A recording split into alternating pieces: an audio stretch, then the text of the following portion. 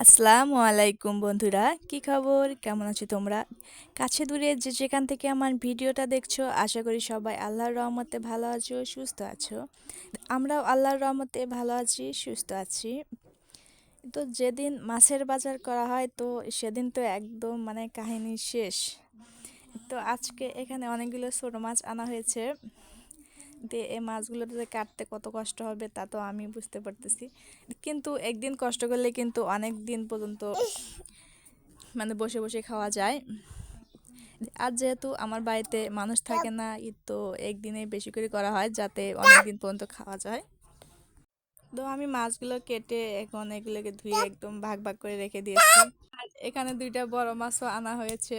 এটা হচ্ছে একটা পাঙ্গাস, আর ওই মাছটা কিন্তু একদম টাটকা, এখন নড়াচড়া করতেছে, দেখতে পাচ্ছেন।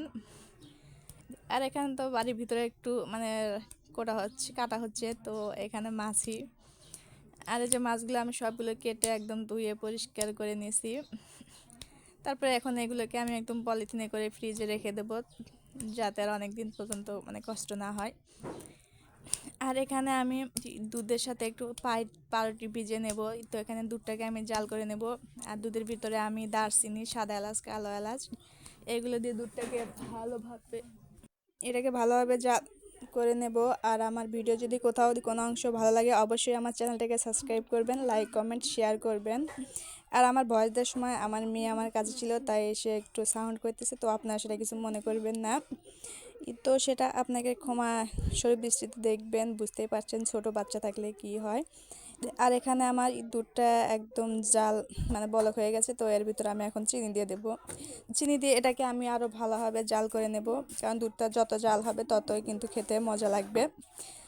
তো তো আমার জালটা শেষ, এখন পাউরুটি যে দুধের ভিতর ভিজিয়ে নিয়েছি।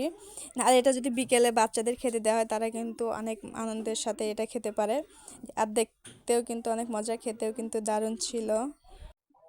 আর আমার গত ভিডিওতে যেসব আপু ভাইয়েরা সুন্দর কমেন্ট করেছেন তাদেরকে অসংখ্য ধন্যবাদ, কারণ আপনারা পাশে থাকলেই কিন্তু আমি আরও নতুন আর একটা ভিডিও করার উৎসাহ পাই আপনাদের জন্যই, কারণ আপনাদের সুন্দর কমেন্টেই কিন্তু আমি আর একটা ভিডিও করতে পারি।